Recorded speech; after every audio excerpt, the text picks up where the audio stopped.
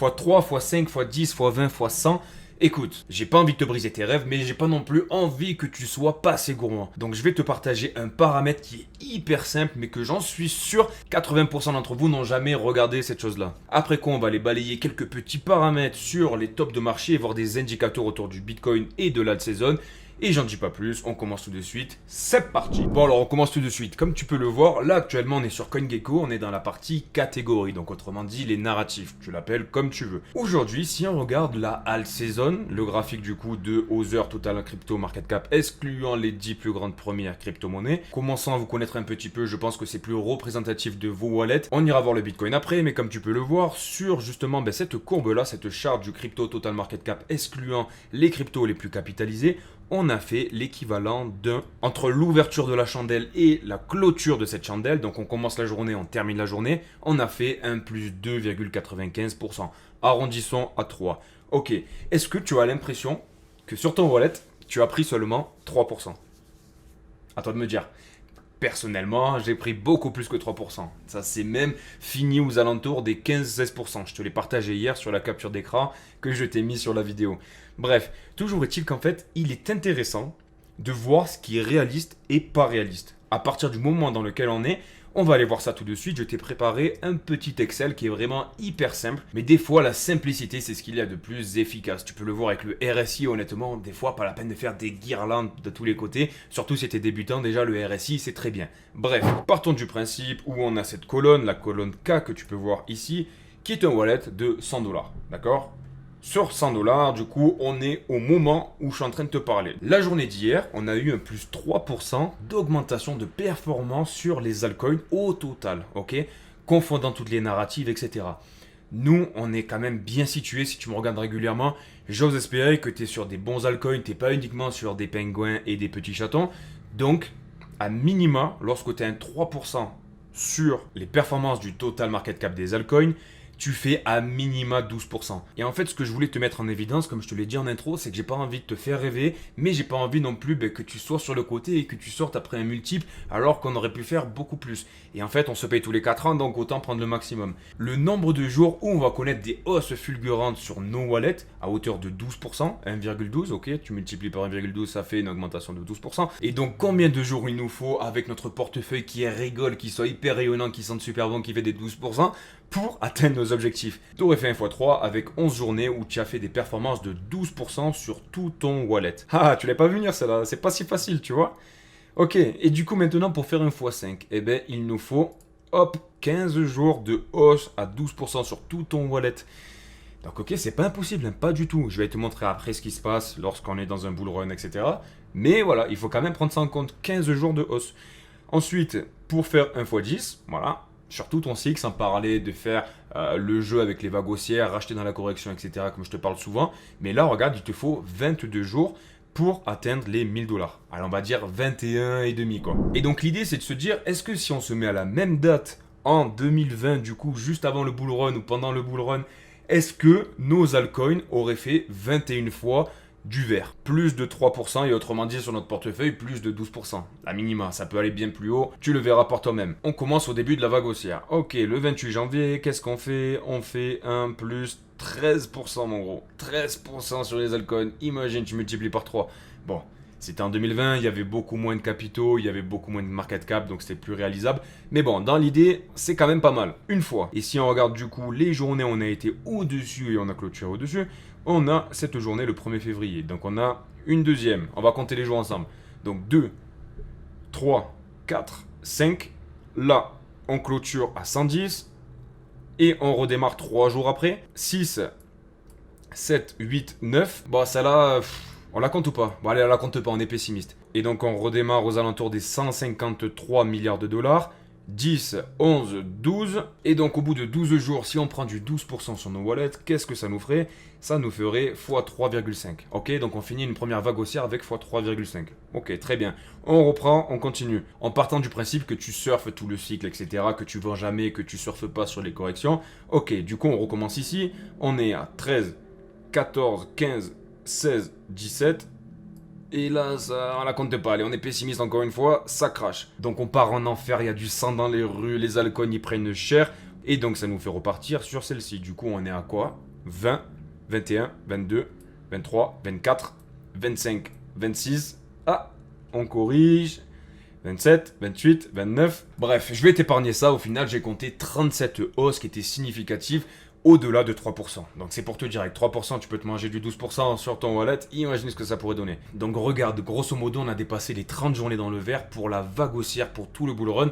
Et ça nous amènerait du coup à 27 2675 avec une mise initiale de 100 $.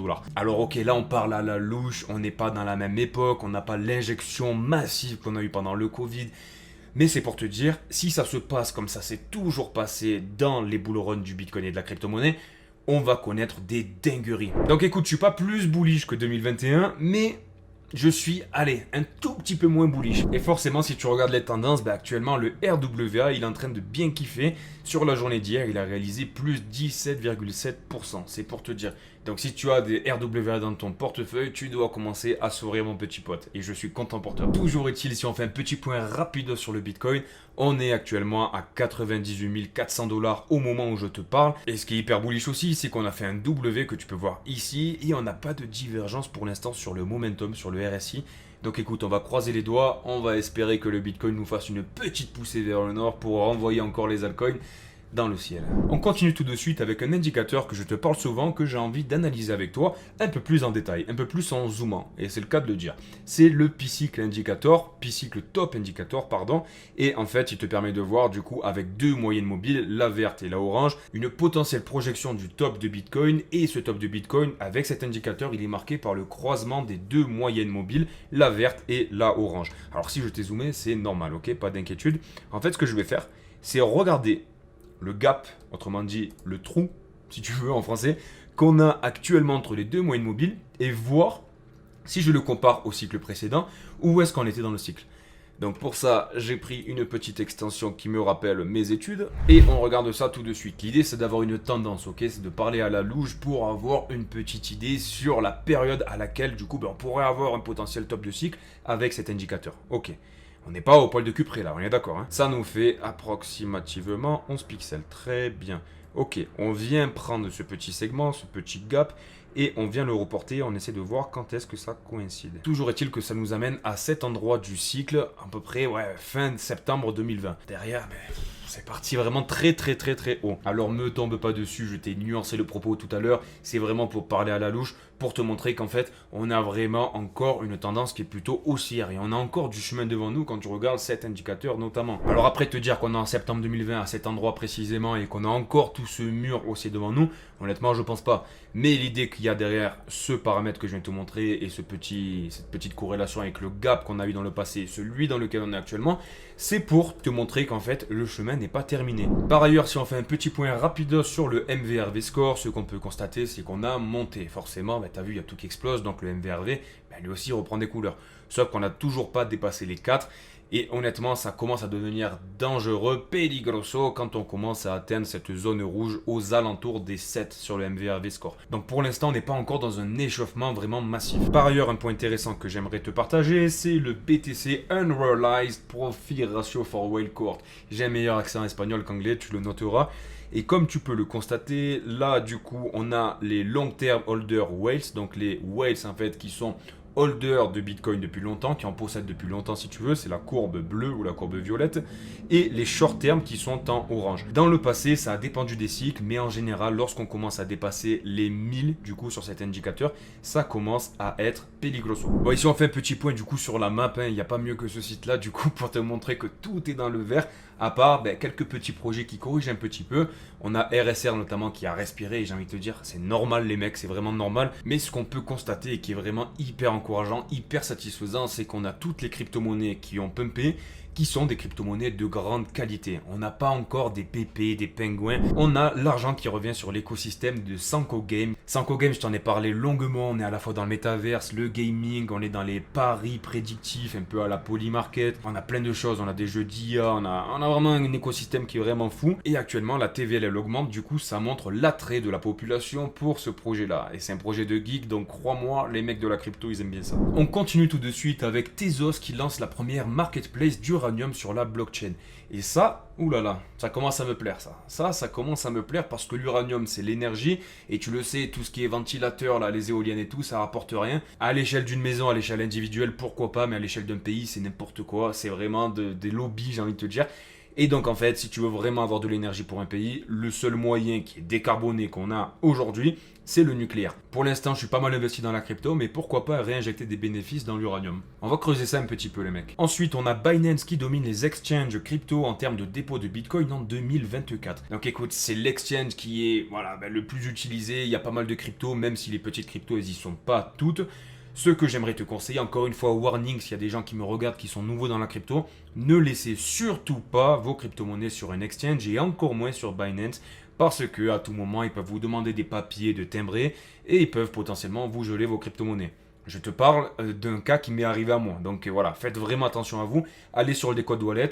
Il y a pas mal de vidéos qui l'expliquent bien sur YouTube. Prenez soin de vous les mecs. Bon et bien j'espère que cette vidéo t'a plu mon petit pote. C'est toujours un plaisir d'être avec toi. N'oublie pas de me laisser un petit like et un commentaire si tu veux que je continue pour me donner la force. Et abonne-toi si t'es pas abonné, ça sera avec grand plaisir. Sur ce, bonne journée à toi. Prends soin de toi. Bisous, ciao ciao. Bam.